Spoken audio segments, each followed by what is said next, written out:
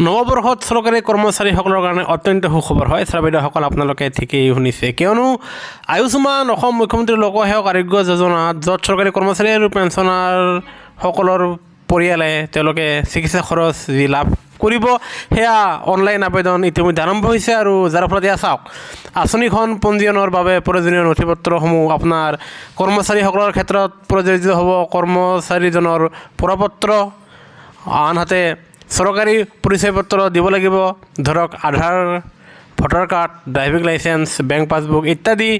আনহাতে তেওঁৰ নিজস্ব ফটো দিব লাগিব।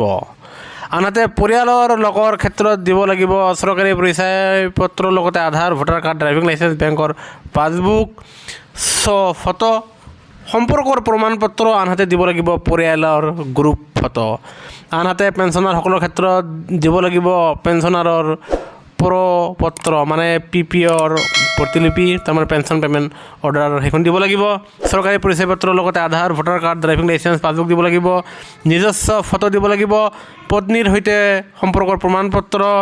আনহাতে পেঞ্চন ক্ৰেডিট হোৱা বেংক একাউণ্টৰ সবিশেষ ছাবমিট কৰিব লাগিব।